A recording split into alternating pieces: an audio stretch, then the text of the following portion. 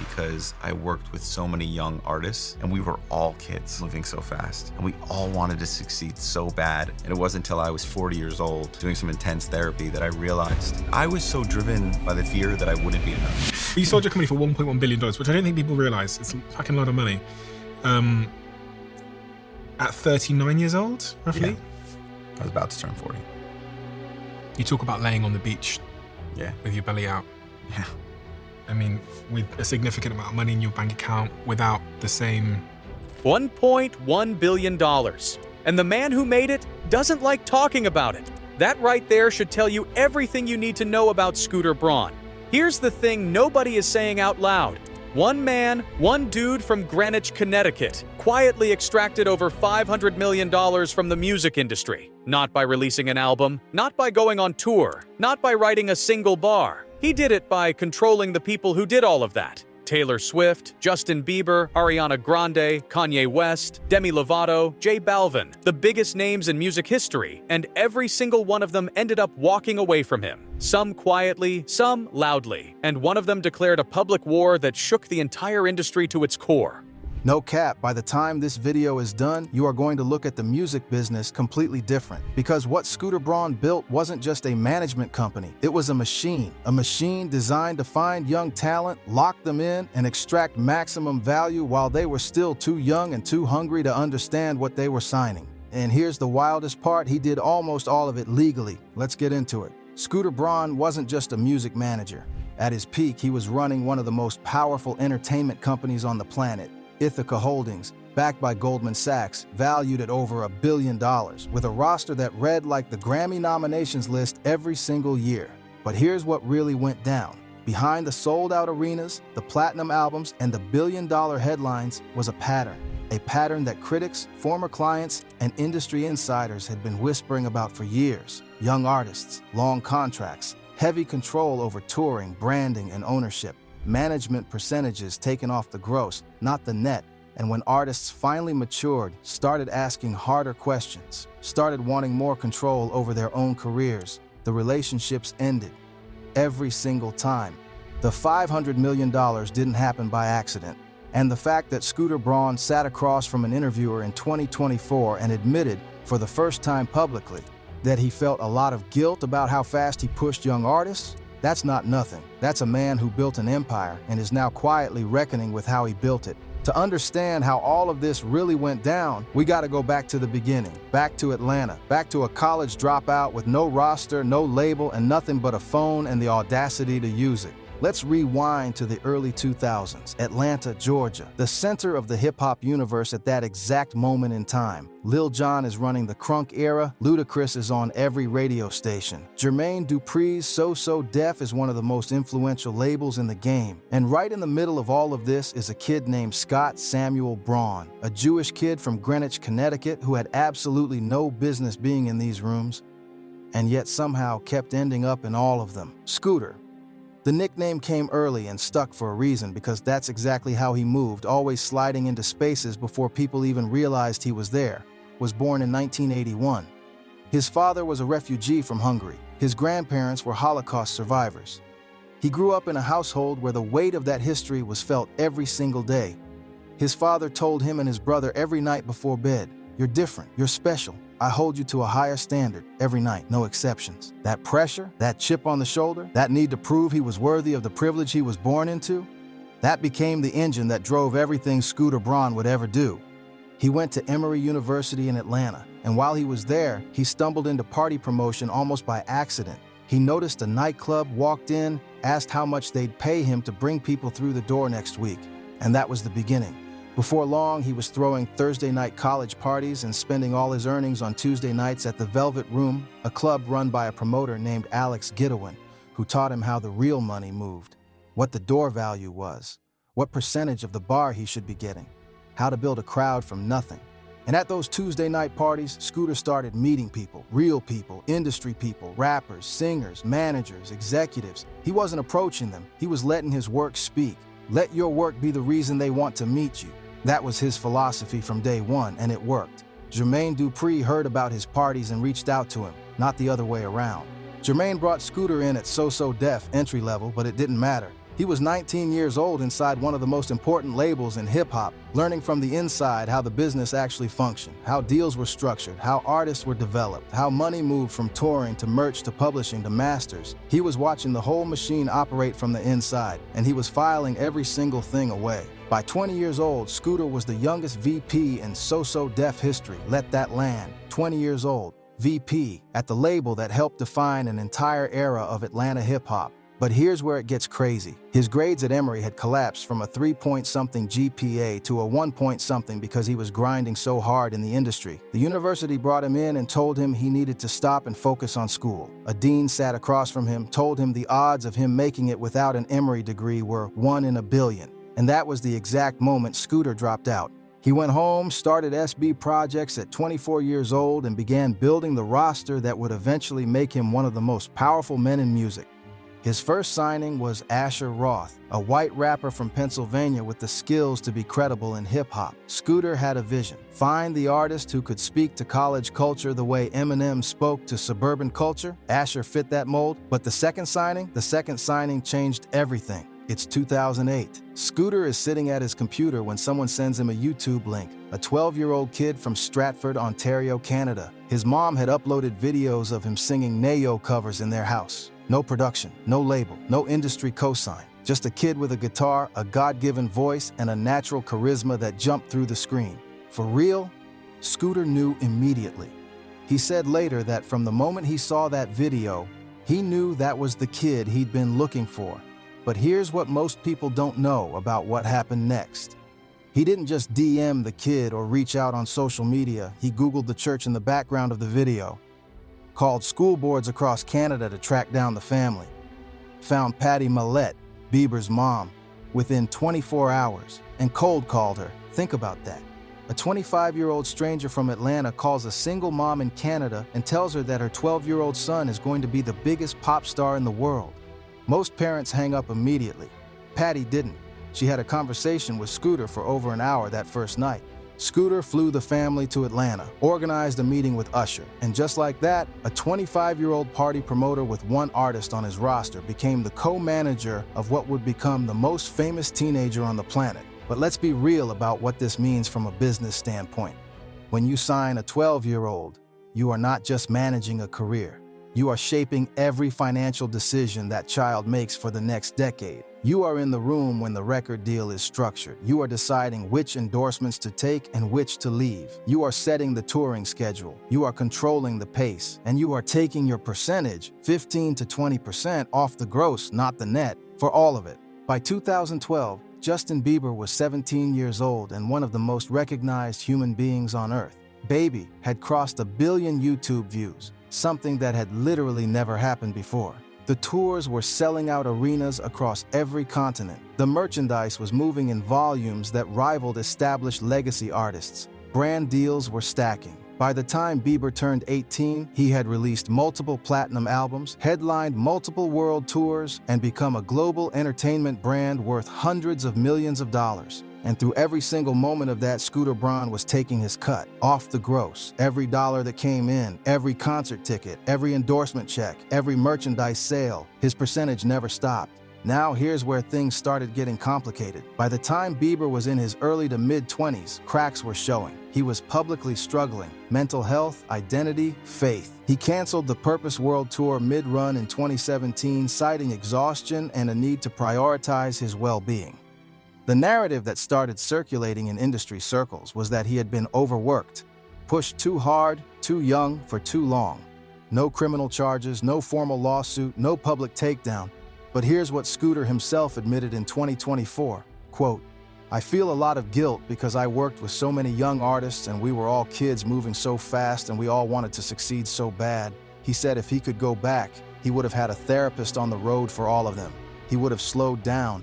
He admitted he didn't know to go inward, that none of them did. That's not the statement of a man who thinks everything was handled perfectly. That's a confession dressed up in careful language. Actions spoke even louder. Bieber eventually distanced himself from Scooter's management. He sold his music catalog for a reported $200 million, a move industry insiders widely read as financial restructuring, not abundance. He stepped back. He rebuilt his life on his own terms. And when Scooter officially retired from management in 2023, the relationship with Bieber was described as not the same that it was, a slow exit, a quiet ending to a relationship that started with a cold call and made both of them extraordinarily wealthy, but seemingly cost one of them a significant piece of his youth. On June 30th, 2019, the music industry woke up to one of the most explosive stories it had ever seen. Scooter Braun's company, Ithaca Holdings, had just completed the acquisition of Big Machine Label Group, the Nashville-based record label founded by Scott Borchetta, for a reported $300 million. On the surface, standard business. A media company acquires a record label. Happens every few years in the industry. Except this acquisition included something that made it anything but standard. Big Machine Label Group was the home of Taylor Swift's first 6 studio albums: Taylor Swift, Fearless, Speak Now, Red, 1989, Reputation, 15 Years of Her Life, the recordings that turned a teenage country singer from Pennsylvania into one of the best-selling artists in music history. And those master recordings, the actual audio files that generate royalties every single time a song streams, syncs, or gets licensed anywhere in the world, now belong to Scooter Braun. To understand why this hit so hard, you need to understand what masters actually are. A master recording is the original recording of a song. Whoever owns the master gets paid every time that recording is used. Every stream on Spotify, every placement in a movie or TV show, every time it's licensed for a commercial, every time it gets sampled. Masters are the most durable financial asset in music. They generate revenue indefinitely. Long after an artist stops performing, long after they stop releasing new material, the masters keep paying whoever owns them. Taylor Swift's masters, 15 years of some of the most commercially successful pop recordings in history, were a financial asset worth hundreds of millions of dollars, and now they belong to a man she had publicly had friction with. Taylor Swift did not stay quiet. Within hours of the announcement, she posted a statement on Tumblr that went globally viral. She called the acquisition her worst-case scenario. She said she had not been given a fair chance to purchase her own masters. She alleged she had spent years trying to negotiate ownership of her recordings and had been structurally prevented from doing so. She said Borchetta had presented the deal in a way that she only found out about through the news, with no prior warning and no opportunity to make a competing offer. And then she used a word that cut through every legal disclaimer and corporate statement like a knife. She called Scooter Braun a bully. Now here's what the internet argued about for the next 3 years. Legally, Scooter did nothing wrong. He purchased a company through a legal transaction. The contract Taylor signed as a teenager with Big Machine in 2005 gave the label ownership of her master recordings, standard industry practice at the time, especially for debut artists who have no leverage and no attorneys experienced enough to fight for ownership clauses. That contract was signed when Taylor was 15 years old. She was a minor, and the terms of that contract, which she had been trying to renegotiate for years, meant that her life's creative work legally belonged to someone else. Now Scooter comes into the story. He knew exactly what he was buying. He knew the documented history of friction between Taylor and people in his circle, specifically the ongoing and very public beef between Taylor and Kanye West, which Scooter had been adjacent to and in some ways amplified. In 2016, Scooter had reposted Kanye's Instagram video that mocked Taylor, and Taylor had called that out specifically in her Tumblr statement. There was documented public history of tension, and Scooter purchased the company anyway. What happened in the negotiations after the sale is where the story gets even more complicated. According to Taylor's public statements, Scooter's team did offer to sell her the masters, but the terms attached to that offer included a non-disclosure agreement that would have permanently prevented her from speaking publicly about the situation. She said no. Scooter's team later claimed the offer was genuine and that she refused. Taylor maintained the terms were structured to silence her. We will likely never know the full truth of what was said in those rooms. What we do know is what happened next. And what happened next was one of the most strategically brilliant moves in the history of the music industry. Taylor Swift announced she would re-record every single one of her first 6 albums, from scratch. New recordings, new sessions, new versions that she would own completely, with a marketing campaign built entirely around redirecting her fan base, one of the most loyal, organized, and commercially powerful fan bases in entertainment history, from the original masters she didn't own to the new recordings she did. Taylor's version became a cultural phenomenon. Fearless, Taylor's version. Red, Taylor's version. Speak Now, Taylor's version. 1989, Taylor's version. Each release was a media event. Each release directed hundreds of millions of streams away from the original catalog. Streaming platforms began switching to the new versions. Radio stations followed. Film and TV sync deals began moving to Taylor's version recordings because the commercial case was undeniable. Taylor's fan base would actively seek out and promote the versions she owned, while the originals would gradually fade in cultural relevance. For Scooter, this was a problem, because the financial value of masters is entirely dependent on them being the commercially relevant version of the recordings.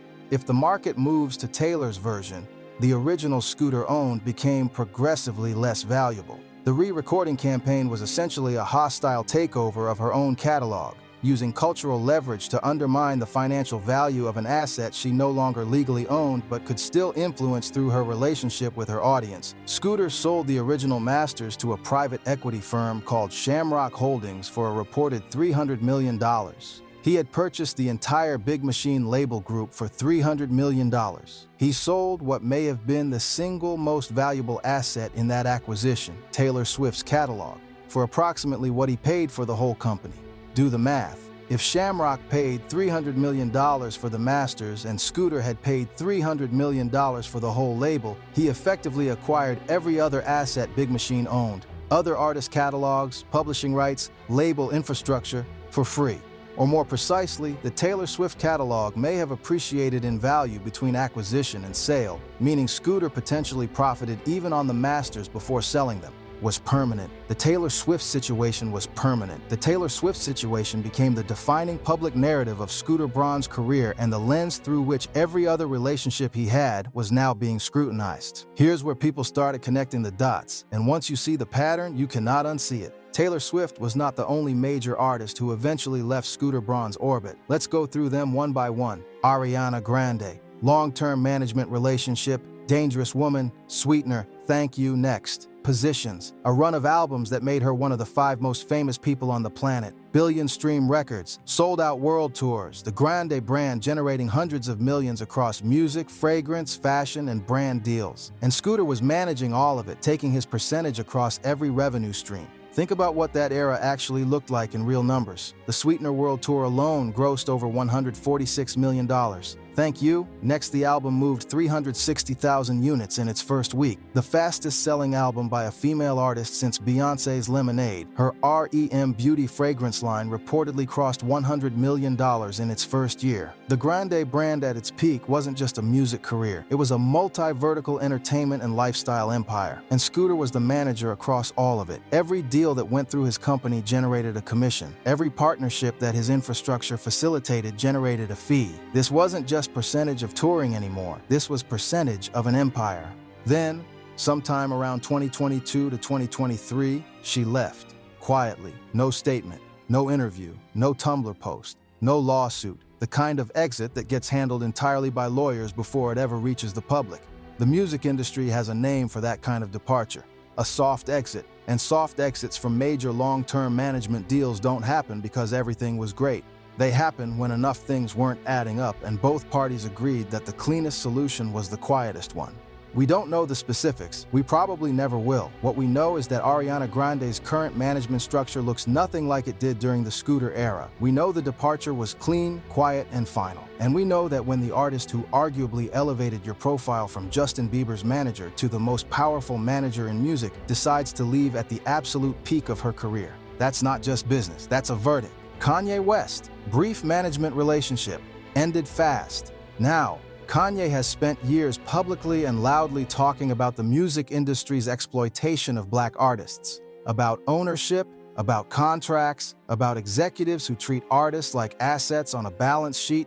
He literally changed his legal name to Ye and wore a White Lives Matter shirt on a runway partially to destabilize the corporate relationships around him. This is not a man who quietly accepts situations he disagrees with, and yet his time with Scooter ended with no diss track specifically about Scooter, no lawsuit, no public confrontation targeting him directly, just done. When Kanye West, who has publicly gone after Jay-Z, Drake, Pete Davidson, Gap, Adidas, his own label, and the entire fashion industry, quietly exits a management situation without making it a whole media cycle, that tells you something. That tells you the calculation was that the fastest exit was the most beneficial exit, and moving on was more valuable than making noise. Demi Lovato, J Balvin, Carly Rae Jepsen, Dan and Shay, Martin Garrix, Tori Kelly, artist after artist who came up under the SB Projects umbrella, generated massive revenue during their peak years under Scooter's management and eventually moved on. Some quietly, some with more friction. The roster that once read like a who's who of the global music industry gradually thinned out as Scooter's day-to-day management presence waned heading into his 2023 retirement announcement. And here's what's important to understand about how that roster was assembled in the first place. Scooter wasn't just signing any artist, he was signing a specific type of artist. Young, unsigned, or newly signed, enormous raw talent with a specific kind of marketability. And crucially, without the experience or legal infrastructure to negotiate the kind of protective contract terms that a veteran artist would demand. He found them early. He signed them when they were grateful for the opportunity. And then he built them into global superstars while the contracts they signed at the beginning of that journey remained in place. The common thread that critics had been identifying for years finally had enough data points to become undeniable. Scooter Braun's model worked best, generated the most value for Scooter. When artists were young, hungry, and didn't fully understand the long-term implications of what they were agreeing to. Long contracts, management percentages on gross revenue, significant structural influence over touring schedules, branding decisions, and business partnerships, all of it flowing through Scooter's infrastructure, all of it with his percentage attached at every level. As artists matured, as their own legal teams got more sophisticated, as they started understanding how the money actually moved and whose name was on what contracts, that's when relationships fractured. Because a deal that looks generous at 17 looks very different at 25 when you're selling out stadiums and still operating under the same percentage structure you agreed to before you had any leverage to negotiate differently. The artist's leverage increases exponentially. The management's contractual position stays the same. And eventually that imbalance becomes impossible to ignore. And here's where the script flips, because supporters of Scooter, and they're not wrong, will tell you something important that gets lost in the outrage narrative. He took risks on artists when nobody else believed in them. He cold-called a single mom in Canada about a YouTube video when the entire music industry was still debating whether YouTube was even a legitimate discovery platform. He flew to Sweden to meet with a streaming startup called Spotify before anyone in America took it seriously, and held those shares for nearly 18 years without selling a single one. He believed in the infrastructure of music's future when most of his peers were still grieving the death of the CD. He built careers from nothing that generated more wealth for the artists themselves than it ever did for him in absolute dollar terms. Justin Bieber is reportedly worth around $300 million. Ariana Grande is reportedly worth $200 million or more. Taylor Swift just completed the highest-grossing concert tour in recorded history at over $1 billion in revenue. These are not people who were financially destroyed by their association with Scooter Braun. But financial wealth and ethical business practice are not the same conversation. And that's what keeps this story alive. You can be made wealthy by a system that was still structured against your interests. You can build a $300 million net worth and still have signed away the recordings of your peak creative years to someone who sold them without your input. Both of those things can be simultaneously true. And that tension between what the artists gained and what they arguably should have retained is exactly the conversation that the Taylor Swift situation finally forced the industry to have out loud at a scale it could no longer ignore. Let me break it down for you, because people hear $500 million net worth and they act like it's a mystery. It's not a mystery. Here's exactly how the math works and why it's more surgical than most people realize. Revenue stream 1, management commissions. Industry standard is 15 to 20% of gross revenue, not net, gross. That distinction matters enormously. Net revenue is what's left after expenses, after tour production costs, after venue fees, after travel and crew and marketing and everything else. Gross is the total money that comes in the door before any of that comes out, and Scooter's percentage came off the gross. Justin Bieber alone, over a management relationship that spanned more than a decade, generated conservative estimates of $500 million or more in gross touring revenue, merchandise, endorsements, and streaming royalties. The Believe tour in 2012 and 2013 grossed over $195 million. The Purpose World Tour in 2016 was on pace to be one of the highest-grossing tours of all time before it was canceled. It had already generated over $250 million in ticket sales when Bieber pulled the plug. At 15% of gross, that's $75 million from touring alone from one artist across 2 major tours. Add brand deals with Calvin Klein, Tim Hortons, T-Mobile. Add merchandise revenue from his global fan base. Add streaming royalties as platforms grew. The Bieber commission income over a decade of peak management likely exceeded $100 million by itself. Now add Ariana Grande. The Sweetener World Tour grossed $146 million. The Dangerous Woman Tour before it grossed $70 million. Brand deals, fragrance, streaming. Add J Balvin, one of the most streamed artists in Latin music history, with touring revenue across multiple continents. Add Martin Garrix, who at his peak was the #1 DJ in the world according to DJ Mag, commanding fees of $1 million or more per festival appearance. Add Demi Lovato, add Tori Kelly, add Dan and Shay, whose country crossover hits generated massive radio and touring revenue. Add the full roster across 23 years of active management. Conservative estimates put Scooter's total management commission income across his entire career at somewhere between $150 million and $200 million. And that's before anything else.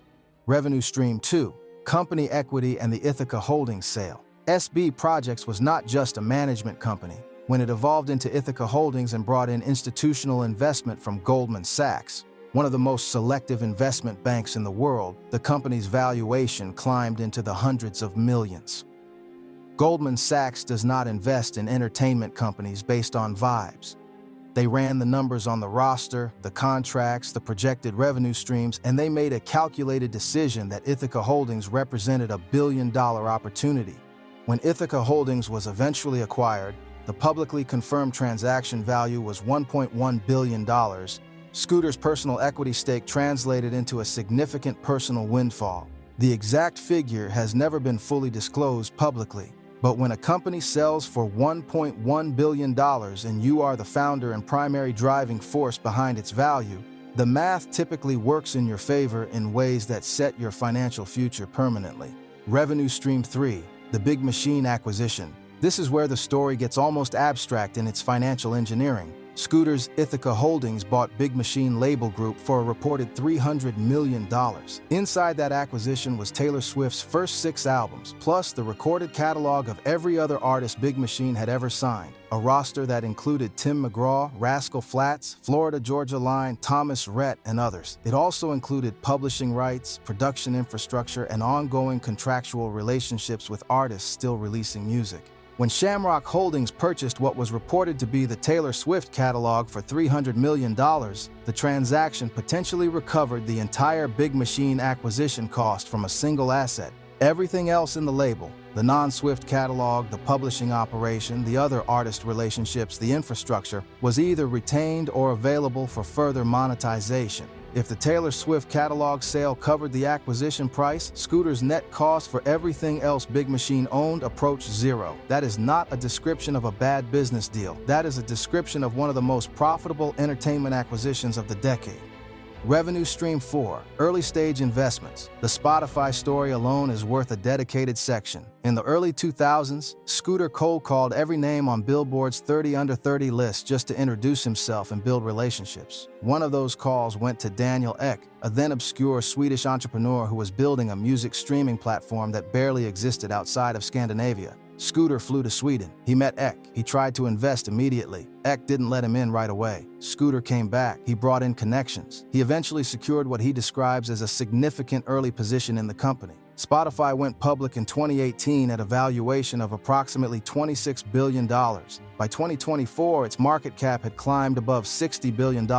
Scooter has said publicly and repeatedly that he has not sold a single share in approximately 18 years. An early equity position in Spotify held through the company's entire growth from startup to dominant global platform, with compounding through the IPO and post-IPO appreciation, represents an asset whose value is difficult to fully quantify publicly but is unquestionably substantial. Beyond Spotify, Scooter's investment activity across his career has touched tech companies, media ventures, and entertainment startups in ways that have generated returns largely invisible to the public. This is what generational wealth building actually looks like at the executive level. Not one big hit, but multiple compounding positions across multiple asset classes, all growing simultaneously. The total picture is a man who built wealth across 4 distinct channels at the same time.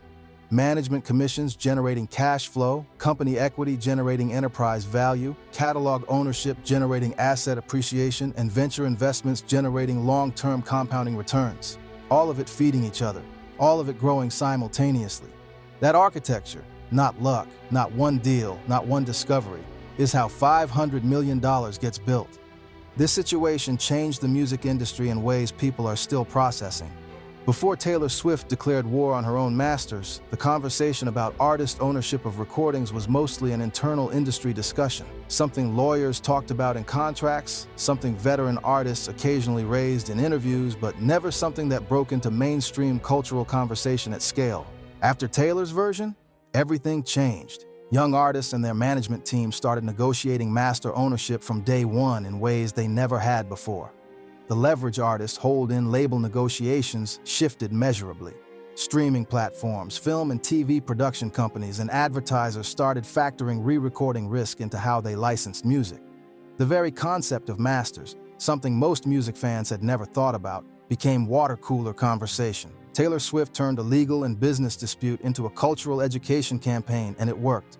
Scooter Braun officially retired from artist management in 2023, 23 years after he threw his first college party in Atlanta. He posted a 10-slide statement on Instagram that talked about identity, growth, and the person he had become outside of the industry. He said he had been too afraid to find out who he was without management for too long. He said it was time for the artists he had worked with to spread their wings. He said it was time for him to figure out what a normal adult life looked like, because in 23 years, he had never had one. The internet read it as damage control. People who know him called it genuine. The truth is probably somewhere in the middle, because with Scooter Braun it always is. His net worth sits somewhere between $400 million and $500 million by current estimates. The Shamrock deal alone secured his financial future permanently. His investments continue to generate. His company continues to operate under different leadership. He is, by any financial measure, one of the most successful entertainment executives in the history of the music industry. And here's the uncomfortable conclusion that nobody wants to land on. The artists he worked with are also doing fine. Justin Bieber is worth $300 million and found genuine peace in his faith in his marriage. Ariana Grande just had one of the biggest moments of her career with Wicked. Taylor Swift just completed the highest-grossing concert tour in history. These are not broken people. These are generational talents who built generational careers. But here's what real means in this context. The system they all operated inside, the system Scooter mastered and exploited better than almost anyone in his generation, was designed from the ground up to extract maximum value from creative talent, while concentrating ownership and control in the hands of the infrastructure around that talent. Scooter didn't build that system. He just understood it earlier, more deeply, and executed within it more ruthlessly than almost anyone else. Berry Gordy built Motown and ended up being called the villain when Michael Jackson and Diana Ross left for other labels. David Geffen built Asylum Records and ended up in bitter disputes with the artists who made him rich. The pattern in music goes back decades. Scooter is just the most recent and most high-profile chapter in a story that the industry keeps repeating. The question, the one that Taylor Swift forced everyone to ask out loud, is whether legal and ethical are the same thing, whether doing something within the rules means it was the right thing to do, and whether a system that structurally prevents young artists from owning their own creative work is one worth preserving. Scooter himself seemed to arrive at some version of that question at 40 years old, sitting in a therapy session, reckoning with what he'd built and what it had cost, not just the artists, but himself. He told an interviewer in 2024 that at the top of his game, with the whole world telling him he was crushing it, he wanted to kill himself. That he had built a mask so big he couldn't find himself underneath it anymore. That he had spent so much time trying to impress people who didn't love him instead of realizing how many people already did. That's not the statement of a villain. That's the statement of a human being who got lost inside the machine he built, which might be the most honest thing Scooter Braun has ever said publicly. So here's where we land, gang. Scooter Braun made $500 million by understanding one thing that most people in and around the music industry refuse to say plainly. The person who controls the asset controls everything. The artist makes the music, the artist goes on tour, the artist builds the fan base. But if someone else owns the recording, controls the publishing, holds the contract terms, then the artist is working for someone else's empire, no matter how big their name gets. Was Scooter Braun a genius? The evidence says yes. He built an empire from a cold call and a YouTube video. He turned a roster of young unknowns into one of the most valuable entertainment portfolios in history. He invested in Spotify before America even knew what Spotify was. He structured deals and acquisitions that generated hundreds of millions in profit while his competitors were still arguing about whether digital streaming was a real business model. Was Scooter Braun a finesse artist? The evidence says that too. Young artists, long contracts, control over the revenue streams that mattered most, a pattern of relationships that thrived when he had leverage and fractured when the artists developed their own. A $300 million acquisition that recovered its entire cost through one sale while everything else was profit. Both things are true, and that's what makes this story so difficult to resolve, because the music industry is not a simple place with clear villains and heroes. It's a system, a brutally efficient system designed to turn creative talent into financial instruments. And Scooter Braun did not build that system, he just mastered it. The real question that every young artist, every aspiring manager, and every music fan should be asking right now is the same question Taylor Swift forced the industry to answer at stadium scale. Who owns the work? Because somebody is going to make $500 million off the music being created right now, off the streams being counted tonight, off the tours being booked for next summer, off the catalog deals being negotiated in boardrooms this week. The only question is whether that money goes to the person who created the art or the person who understood that owning the infrastructure around the art was always worth more than the art itself. Y'all decide. Drop your thoughts in the comments. Was Scooter Braun a genius, a predator, or both? I read every single one. And if you're new here, subscribe, because we break down the real stories behind the music that nobody else is talking about. We out.